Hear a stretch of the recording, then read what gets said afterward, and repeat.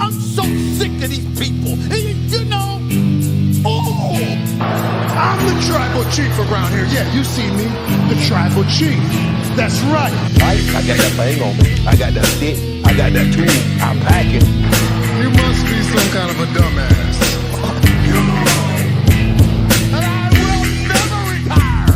You know, this aggression will not stand, man. Get that garbage out of here!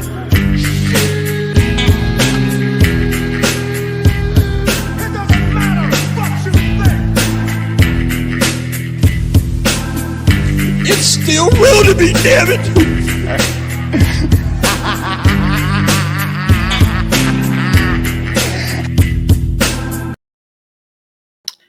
Welcome, everybody, to another edition of FNR. Tonight is myself and Cam, and we have the honor of following up that amazing episode of SmackDown so we can give our thoughts, our review of it, and, man, what a way to get set up for the Rumble tomorrow night. How do you think about that? What do you think about that? So let's bring in Rivet City Radio's resident NFL specialist, MetalMike. Yo, What's up? yo, What's up, guys? How y'all doing? I'm doing great, bro. It's great to see y'all. Yeah, you're the resident specialist. You have your own show You are on the the specialist. NFL. So I appreciate that. That sounds really professional and nice. I like that. I'm gonna go with that for now on. Resident specialist. I'm So all we in. we got two big games this weekend. We do. Like big games. Decides who's going to the Super Bowl. Can't get bigger than this. I mean, you can with the Super Bowl, but we're not there yet. All right. AFC Championship match: Kansas City Chiefs versus the Baltimore Ravens. Number 1 versus number 2. NFC side, you have the number 1 seed San Francisco 49ers taking on the Detroit Lions. They were the number 4 seed, right? So the Lions were the number 3, the Niners 3 were seed. 1, and it's the same on the other side. The Chiefs were number 3. The Bills were number 2. Oh, that's right. Bills were home Yep. last week. You are correct. 1 and Yeah. 3 on both sides. That's right, because we did have the possibility of 1 and 2 on the AFC, but not the NFC because the number 2 seed choked in the first round like they always do. Yep. All right, so let's start off with the AFC. We got the Kansas City Swifties versus the Baltimore Ravens. Now, I brought her up because I love the fact that everybody makes a big deal about her being at the games when all she's doing is literally being a fan and watching. Like, she's not doing anything to bring attention to herself. The NFL does that because they know it brings in viewers. That's all them. Yeah. So that was my thoughts on that real quick. Yeah, I mean, I agree with that. She doesn't really. I mean, every time they pan the camera to her, you see her dancing and everything, but who's not dancing in that stadium to music? She's just enjoying herself, watching a game, just like any other fan. You know, I agree with you. They're just doing it, you know, to get the viewers and something to talk about. Highly agree on that. So let's talk about this game first. What do we expect to happen in this game? And what do we think is the results going to be? What do we think what your predictions are going to be? So, Cam, let's start with you. Oh man. So we're just giving predictions for both or the AFC Championship game first. Let's choose the AFC one right now. Okay. So AFC Championship game, man. I was so hoping that the Bills would have beaten the Chiefs because I'm so tired of seeing the Chiefs in there. But I don't know. Like it's a love-hate relationship with Patrick Mahomes. I can't stand him because he's so good, but I like him because he's so good. But me being a Steelers fan, I do not want to see the Ravens go to the Super Bowl. I really don't. So it's like the lesser of the two evils right now, right?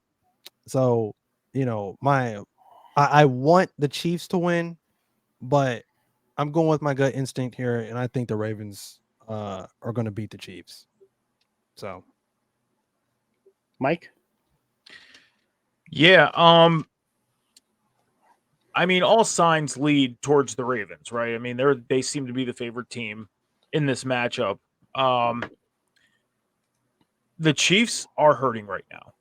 They have a lot of guys on the injured list. They have a couple guys that are questionable. They have a few key players that are out, like a Sky Moore. Two offensive linemen are out right now. Like, they're hurting on the offensive side of the ball all around. Isaiah Pacheco, he's questionable with his ankle and toe. He's going to be a game time decision. And William Gay, their linebacker, one of their key linebackers on the defensive side. The Chiefs are hurting on this and hurting right now. The Ravens have a couple guys out too. They're actually questionable and are going to be game time decisions, but only really two key players, and that's on the defensive side. Other than that, the Ravens they're looking good on the offensive side of the ball. But I'm not going to be one to say that Lamar Jackson can't win when he's going to win a championship. I don't feel like it's going to be this year. I feel like the Chiefs are going to win this game 24-22. This is going to be a punch each other in the mouth, and whoever has the last possession is going to win this, and the Chiefs are going to end up having the last possession and winning this game 24-22. See, I feel like everybody's going to pick the Ravens to win because they are the number 1 seed. They've looked dominant. They just destroyed the Texans last week. I just think Kansas City is finding itself at the right time. They put up 26 against the Dolphins. They held off the Bills last week, yes, due to a missed field goal, but they held them off. They still showed promise on the offensive side. They're getting everything together. Yes, they have a lot of injuries, but I think that Mahomes and Kelsey are going to find that special connection, and it's going to help with Rashid Rice, Pacheco, even if he is limited. They still have, I believe, Edwards-Helaire is coming back.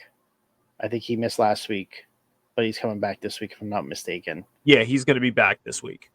So having him come back is going to help that offense as well. So I do see Kansas City winning this in a tight game. Yeah, I mean, like I said, I mean, the offensive side of the ball for them with the injuries that is hurting them. I mean, like I said, Isaiah Pacheco, he's going to be a game time decision. So is Kadarius Toney. Yeah, no one cares about Tony. He's just he's a ball dropper. Yeah. Keep him on the side. They've been playing better without him. Keep him on the sideline. Don't put him in. He could be that decoy. No, he's not a decoy because they'll just leave him open and he'll drop it. Trust me. Coming from a Giants fan, that's what he's good for. Why do you think we traded him for a 3rd-round pick? You guys had him at one point. And we got rid of him. He made one play in the Super Bowl, and that's it. He's done nothing else since, nothing else before. This guy cares about nothing on the field. Didn't care to take care of himself. He obviously doesn't know how to keep his focus to catch the damn ball.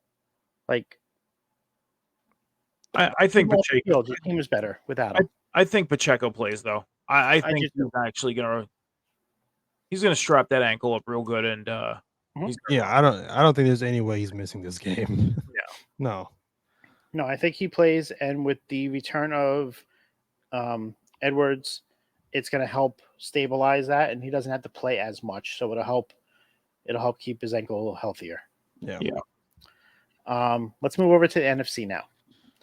This one we have the San Francisco 49ers taking on the new America's team at the moment, the Detroit Lions. Cinderella story. First playoff win in the last 33 years. Yep. 32. And let's keep it going. I take it you guys don't agree. No, I agree with you 100%. I have a lot to say about this game, but all right. So kick us off, Mike. Well, so I pulled together some fun stats for these matchups, as I always do. I mean, the Chiefs are making their 7th overall appearance, 6th with Patrick Mahomes. Ravens are making their 5th overall. The 49ers are making their 19th overall conference championship game. 19th. That's the most in any team. The Lions, seven Super Bowls or 6? they've won 7. They've won 7 conference championships and they've lost 11. No, Super Bowls. How many have they won? They've won. I think Is it they've five? won 5 Is or it 5 or 6. 6? Yeah, it's 5 or 6. One of the two. Yeah, because the Steelers, I think, have the most with 7. 6. You guys do have 6. 6. Okay. But the Lions, they're going to their second conference title game. They're 0-1. I mean, the last time they made it was 32 years ago. This is going to be more of a shootout. I think this is going to be more of a shootout. I mean, 49ers have 5, just to clarify. Okay. Yeah, this is going to be more of a shootout. These two quarterbacks are getting nothing but scrutiny. Nothing but. You know, if it's not Brock Purdy being talked down about because he was a 7th-round pick, the last guy picked in the draft two drafts ago, well, last year's draft, whatever you want to say, and, you know, Jared Goff, the guy who couldn't win the Super Bowl for the Rams, you know, these guys are going to give us a show this weekend. This is going to be a back and forth matchup. This is going to come down to whoever's defense is going to stop whose offense first. It is. They're equaled out in the run game. I mean, the 49ers, you can say they're a little stronger with Christian McCaffrey. Yes. But the Lions don't sleep on their run game. No, that two-headed machine is really good. Yeah. And with their run game, with their passing game, Deebo Samuels, he's upgraded to active. He's fine. The shoulder's good to go. He practiced yesterday. He practiced full force today. He's good to go. So there's a couple injuries on both sides. Nothing too real key that's going to affect this game because a lot of them are guys that, you know, are bench guys, second stringers, third stringers. This is starters versus starters. There's no excuses. At the end of the day, though, I think this is going to be the Cinderella story is going to come to the end for the 49ers. I mean, for the Lions. They'll be back next year, but they're losing 38-35 in this game. Cam? I think this is going to be a battle, just like what Mike said. You know, the Lions, they look like the strongest Cinderella story that I've ever seen.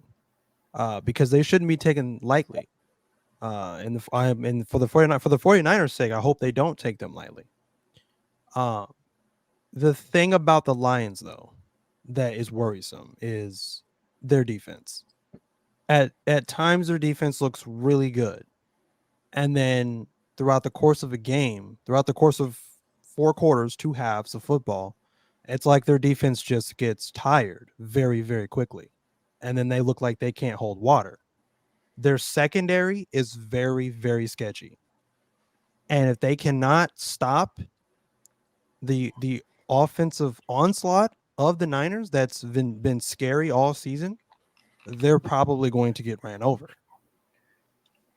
So they have to really tighten that up. And I think that to me is what's going to be something that comes back to bite the Lions if they cannot tighten up their defense and slow down the Niners. So their best option would be to get out front early to put pressure on the Niners to respond. Well, the one thing the Lions defense has to watch out to, I'm sorry for cutting you off. The one thing that the Lions defense has to watch out to and tighten up to is their penalties.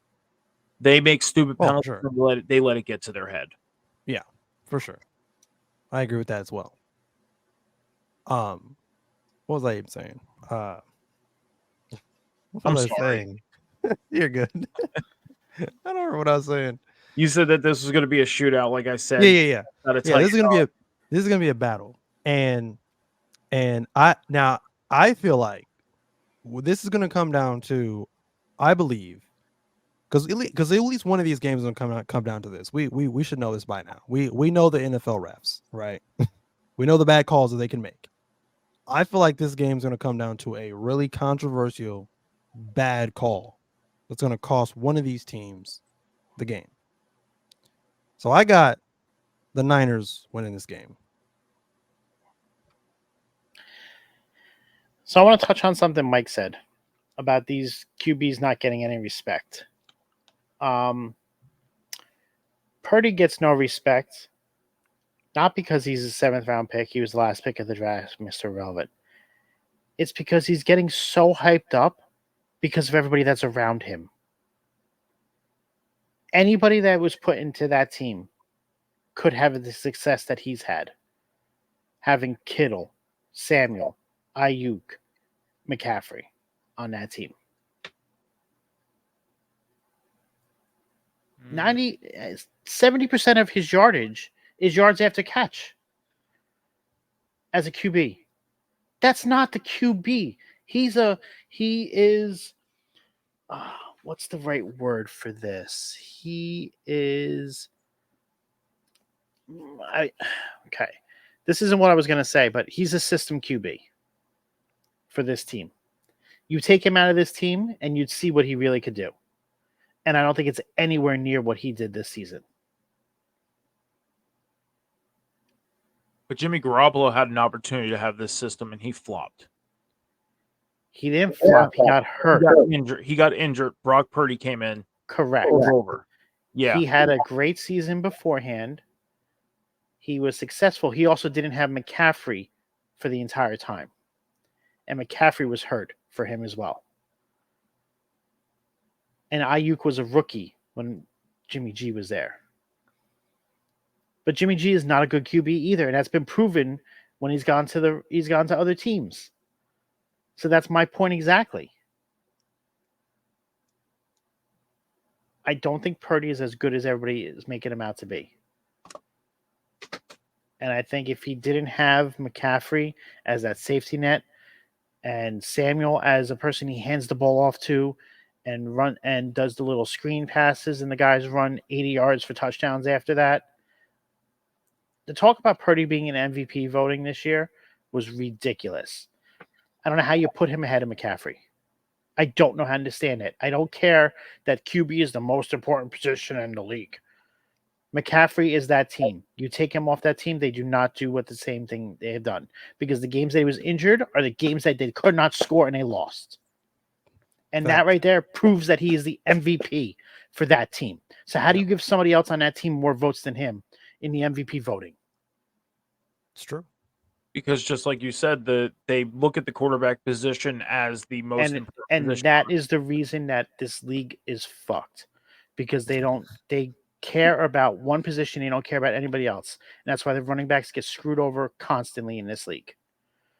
Because players like him make a difference if they're allowed to in their QB system. But when teams just focus on a QB and don't get their running backs involved, it's like he's the perfect example of how he could be a player everywhere. He catches the ball, he runs the ball, he blocks, he does everything. He's at over 2,000 yards how many times combined in his career? Like, this man is just that good, and he's not getting the recognition for it. I mean, this will sound like a homer move, but I felt like TJ Watt got screwed out of Defensive Player of the Year because once again, the most sacks 2 years in a row. So he's a candidate. I don't know. He is a candidate, but he's not going to get it. Yeah, but because everybody talks about Micah Parsons. Yeah, and he's overrated. We saw what he could do. He proved it. So. Well, just to go off what you said about Brock Purdy, we're going to find out in the next, probably next year.